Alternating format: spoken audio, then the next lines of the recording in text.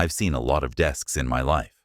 Cold, polished oak slabs across boardrooms, scratched up formicas in tiny startups, even steel counters in war rooms when I was just a data grunt pulling 18-hour days. But this one, this desk, felt different. Maybe it was the stillness in the room, or the fact that she didn't even look up when I walked in. Either way, I knew something was off before she even opened her mouth. My name's Marcus Vale.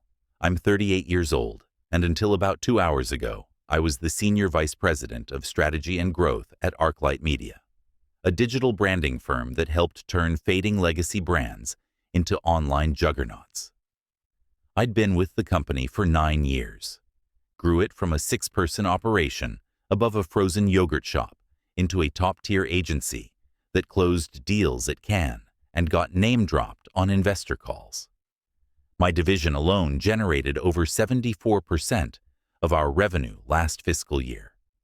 So when I got a last-minute invite to align on vision with our new CEO, I didn't flinch. I assumed she wanted to talk roadmap, maybe even rework the org chart. What I didn't expect was what she actually said. "You're still following a playbook that's been shredded," she said, sliding the termination letter across the desk without so much as a glance. No hello, no preamble, just cold paper, typed with legal precision. 1 page, severance outlined, NDA clause highlighted. "We need someone who thinks in virality and velocity," she added. I stood there for a second, not because I was shocked, not really, more because I couldn't believe how neatly she had rehearsed that line. She said it like it was pulled from a podcast, some VC-backed jargon that made her feel powerful. I reached down, took the letter, folded it once, and slipped it into my inside jacket pocket. Then I extended my hand. To her credit, she shook it. I smiled. That same calm, measured smile I used when locking down 7-figure contracts. Then I turned and walked out. Didn't say a single word, but inside, I wasn't calm. I wasn't even angry. Not exactly. I was taking inventory. She had no idea what I'd built. I wasn't just leading a department. I was the department. The Griffin campaign that tripled our largest client's market share, mine. The data suite that rewrote how we tracked influencer ROI, also mine. Even the firm's visual rebrand last year, the one she bragged about on her LinkedIn post. That came out of a whiteboard session I led at 2 a.m. with a junior designer who almost quit from exhaustion. I didn't need to yell. I didn't need to beg. Because I already knew something she didn't. Legacy isn't stored in office walls. It's stored in minds, habits, and the loyalty you earn through fire. As the elevator doors closed behind me, I looked at my reflection in the brushed steel. My tie was still straight, my pulse steady, but my eyes were sharp, focused in a way they hadn't been in months. Not since the board brought her in to accelerate growth and elevate virality, as if I hadn't been doing that for nearly a decade. I stepped out into the street and pulled my phone from my coat. No missed calls. A few Slack pings, probably teammates still in the dark. I turned it off and slipped it into my pocket. Then I walked 3 blocks to a quiet bar I used to hole up in during late client negotiations. The bartender recognized me, poured my usual without asking. "Rough one?" he asked. I nodded. "End of an era." He gave a sympathetic look and left me alone. I sat at the far end, ordered a whiskey neat, and took out my notebook. Not the digital kind, the real one. Leather-bound, smells like tobacco and ink. Every major decision I'd made in my career started in this book. Sketches, strategies, personnel notes, client quirks, and now, for the first time in nearly a decade, a fresh page. I clicked my pen, drew a small square in the top left corner, and wrote a name. Not hers. That would be too obvious. I started with the first client I knew would follow me out the door, then another. Then 2 former team leads who'd already floated the idea of leaving. Then a partner at a boutique VC who owed me a favor. Then a tech founder I once coached through a pitch deck that raised him $12 million in seed capital. Each name I wrote was less about revenge and more about reconfiguration. They thought they shredded the playbook. They forgot who wrote it. There's something poetic about launching a new venture in a glass box, tucked inside someone else's empire. The WeWork suite was on the 18th floor, overlooking the same skyline I used to think I'd retire under. Now it was just scenery. Nice, but irrelevant. The real power wasn't in the view. It was in the people stepping through the glass door that morning, one by one, without fanfare, without questions. Taylor came first, my old head of growth, brilliant, loyal, allergic to bullshit. She didn't say a word when she walked in, just set her laptop on the table and nodded. Behind her, Luis from UX, quiet, methodical, deadly when given a roadmap.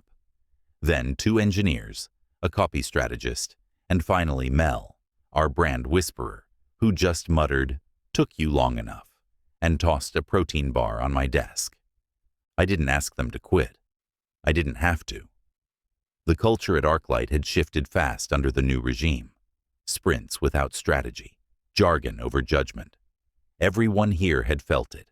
Everyone here had lived the before and after. They were hungry, and not for revenge, for clarity, for something that made sense again. I stood in front of the whiteboard, uncapped a marker, and drew one word: SYNTH. That was the name.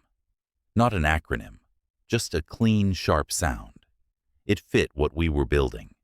A platform that wouldn't just measure brand signals, but synthesize them. Real-time behavioral insights, cross-platform microtrend capture. A dashboard that didn't just show you what was happening, but what would happen if you made the wrong move. Predictive narrative management, weaponized awareness. We're not recreating what we did, I told them. We're rewriting the signal, from scratch. Taylor raised an eyebrow.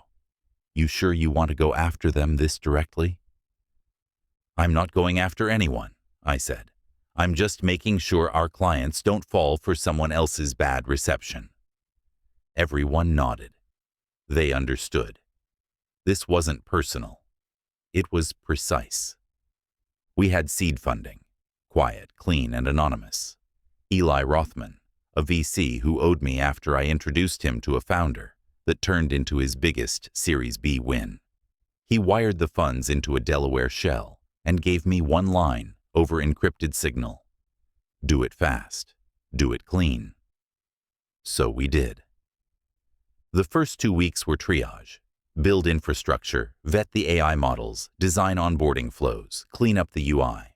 No press, no socials, just a tight circle of early clients pulled from my old Rolodex.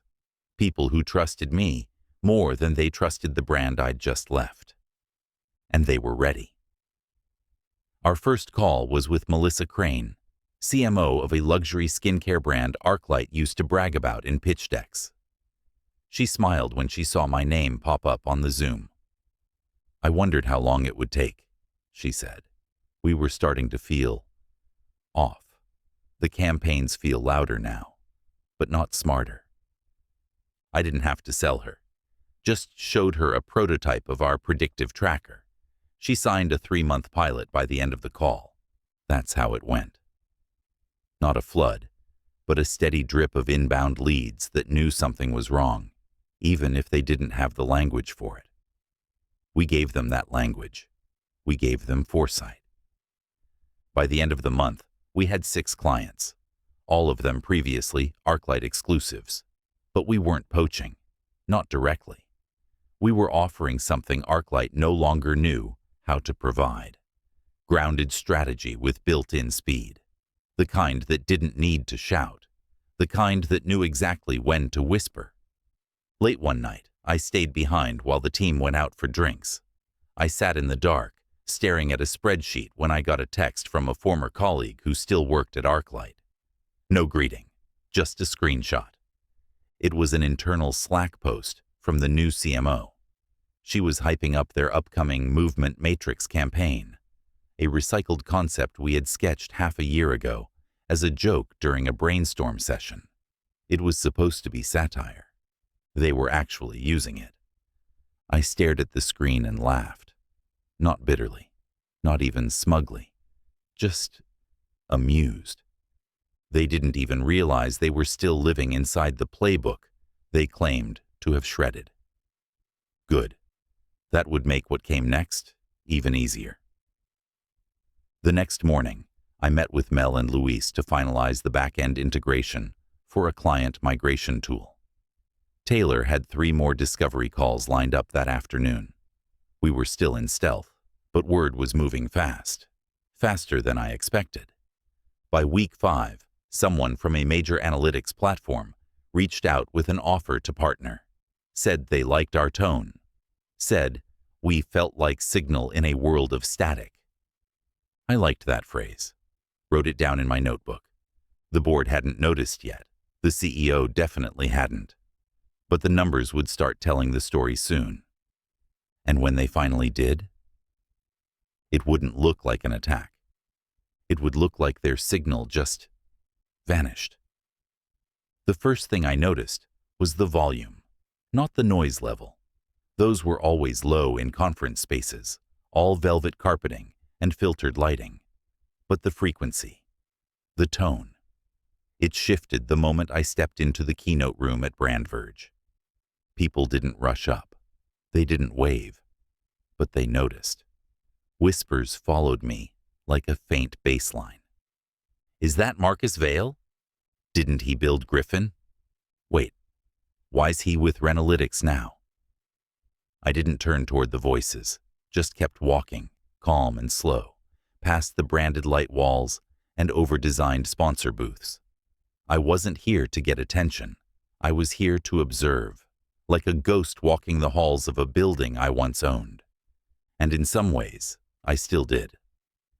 11 of the companies presenting today had no idea that their optimization backend, site flow, ad targeting, even predictive engagement timing, was now powered by Synth.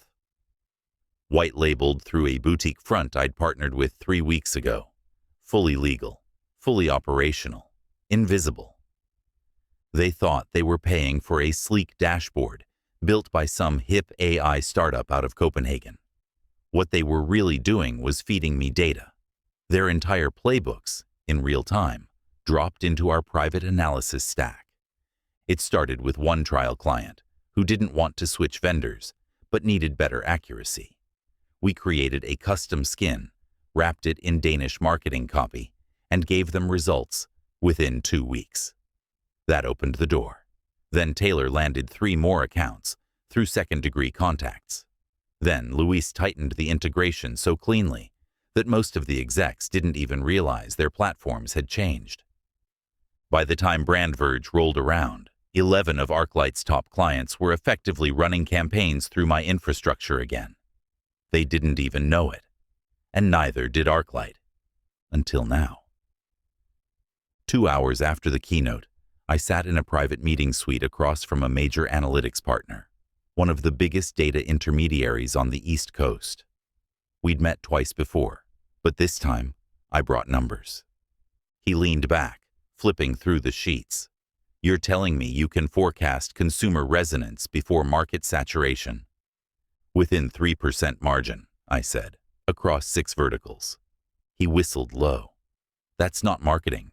That's manipulation. I shrugged. It's just narrative probability. He smiled. You want exclusive deployment rights? I nodded. 12 months, all enterprise-tier clients in North America. You still get your full margin. ArcLight doesn't.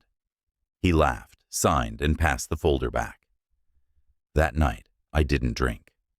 I went back to my hotel room, kicked off my shoes, and watched the replay of ArcLight's new product launch live stream, the one they'd been teasing for weeks, the one their new CEO said would redefine brand ecosystems across omnichannel environments. What I saw was chaos, delayed asset rollouts, inaccurate targeting, a glitch that swapped product tiles for two competing brands. In a space that moves by the second, they had already lost a day, and the comments were merciless. The best part? The root of the issue traced back to their dependency on the analytics partner I'd just locked out. They'd get access again, eventually, but by then, the damage would be done. I texted Mel. "Check ArcLight's socials. Tell Luis to pull updated metrics." Her reply came fast. "Already watching. This is a bloodbath." I didn't smile, didn't gloat. This wasn't about revenge. It was about leverage. The board wouldn't see it at first. They'd think it was an execution flaw. Maybe an intern screwed up staging. But the second launch wave would stall too. And by the third, they'd be asking for numbers, asking for context. That's when they'd realize their biggest clients were ghosting them. Not out of malice, just disinterest. Like someone had turned down the volume without telling them. The next day, I bumped into one of ArcLight's junior account managers at a networking brunch. She looked pale. "Hey," she said hesitantly. "You, still consulting?" I nodded. "Something like that." She glanced around and leaned closer. "They're freaking out. Griffin numbers are flat, and the board is circling." I didn't say anything, just nodded, thanked her for the coffee wreck, and left before anyone else could ask questions.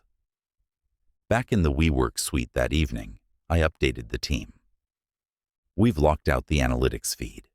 Campaign losses will hit next week." Taylor looked up from her screen. "That going to be enough?" "No," I said, "but it's not supposed to be. We're not killing them." Mel raised an eyebrow. "Then what are we doing?" I paused, looked out the glass wall at the lights of the city. "We're teaching them how it feels," I said. "To lose the signal, 1 decibel at a time."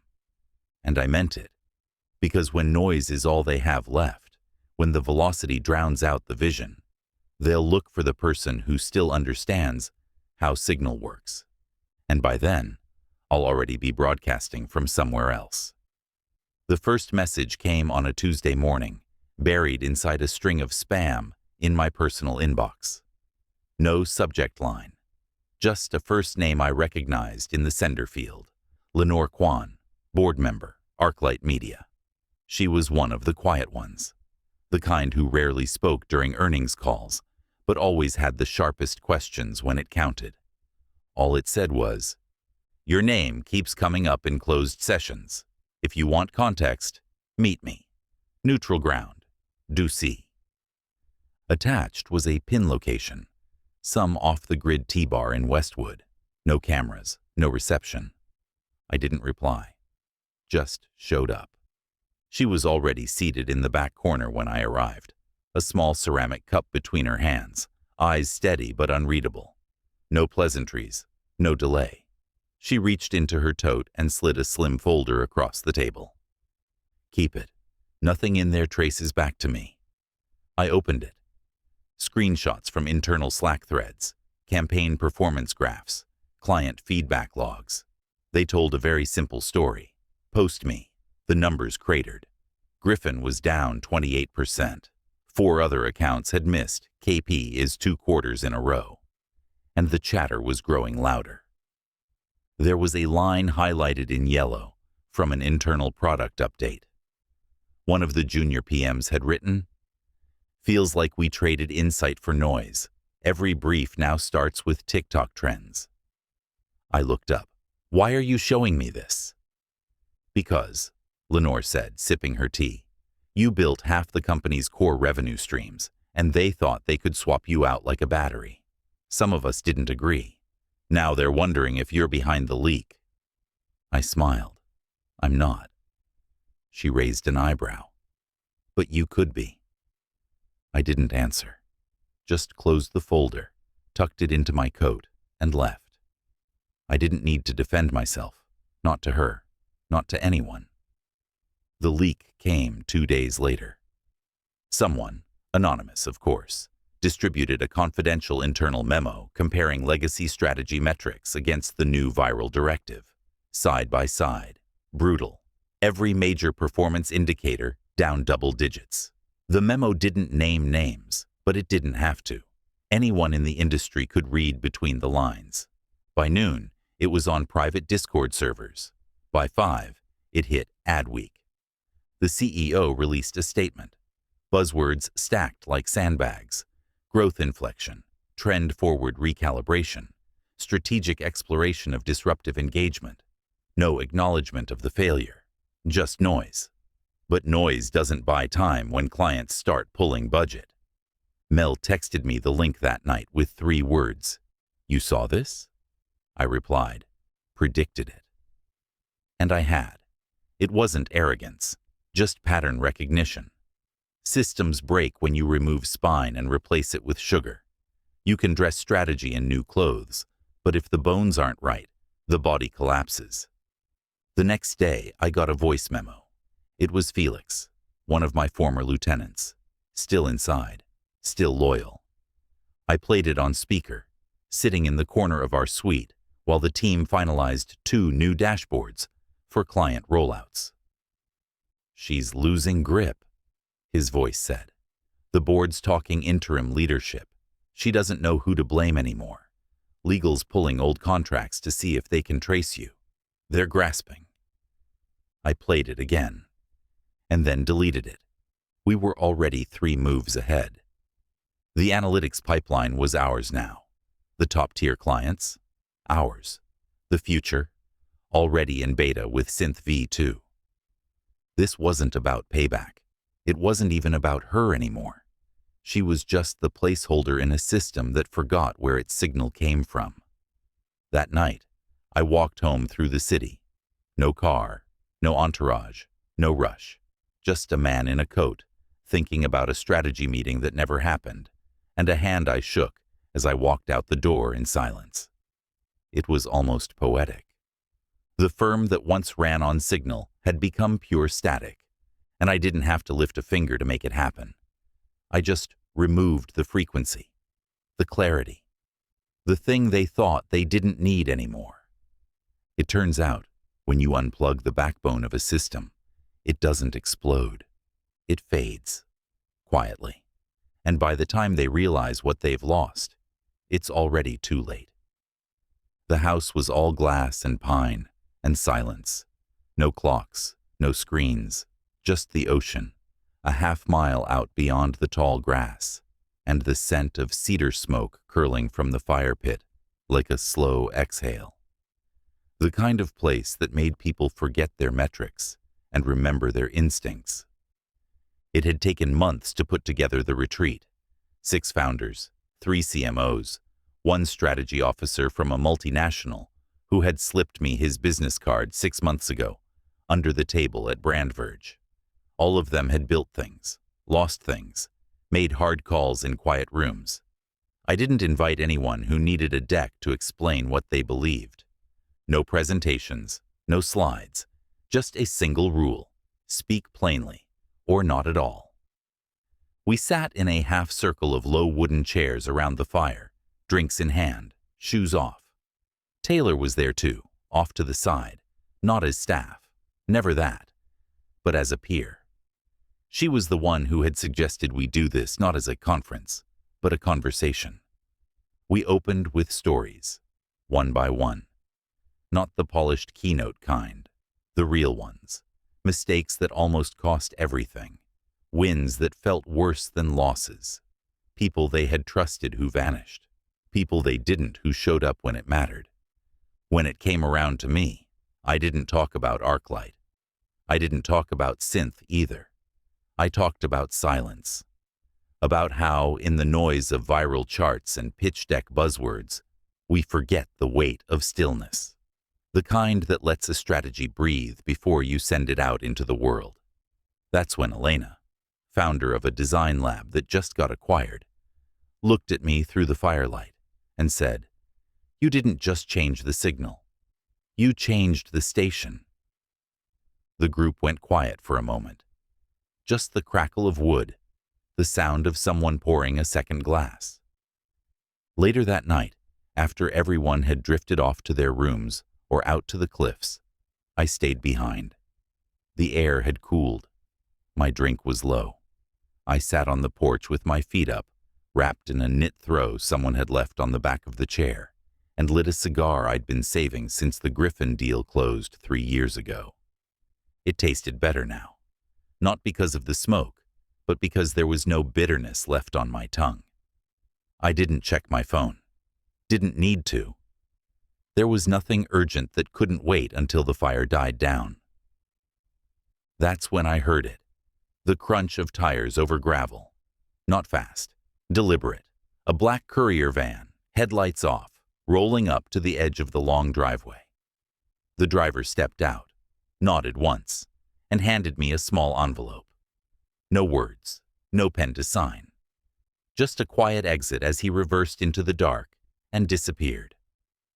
I opened it by firelight. It was official. The CEO had stepped down. No apology, no explanations, no mention of me. Just a bland corporate statement on embossed letterhead, the kind HR departments keep saved in draft folders for emergencies they never see coming. But the date, that said everything. Today was the start of Q4, right when board pressure gets surgical, right when performance reviews stop being about potential and start being about results.